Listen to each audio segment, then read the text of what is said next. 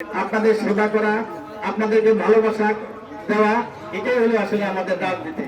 নায়ক বলতে অবশ্য যদিও আমাদের ভাইস চেয়ারম্যান অ্যাক্টিং চেয়ারম্যান সাহেব নিষেধ করছেন, তবুও আসলে মুখে চলে আসে। আসলে তিনি শহীদ প্রেসিডেন্ট জিয়াউর রহমানের প্রতিচ্ছবি। শহীদ প্রেসিডেন্ট জিয়াউর রহমান কিভাবে যতদিনে বেঁচেছিলেন, কিভাবে বেঁচেছিলেন আপনারা সবাই জানেন।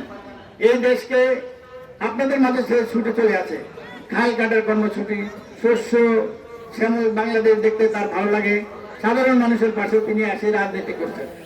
বেগম খালেদা জিয়া তিনি অত্যন্ত সততার সহিত রাজনীতি করছেন, এটা আপনারা জানেন।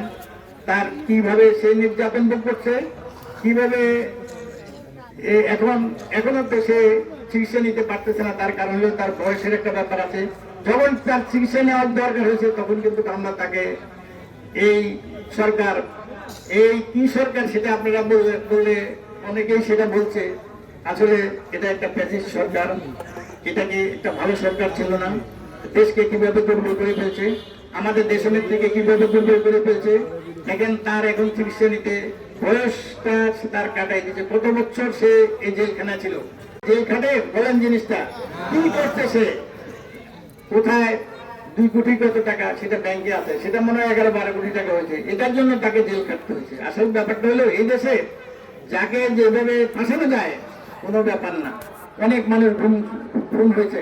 আমাদের কত নেতা কর্মী এই পর্যন্ত এত বছরে, গত 17-18 বছরে কত নেতা কর্মী খুন হয়েছে, সে খুন হয়েছে, এটা সবকিছু আপনাদের জানা আছে। আমরা মুখ ফুটিয়ে কোথাও কোনো কথা বলতে পারি নাই।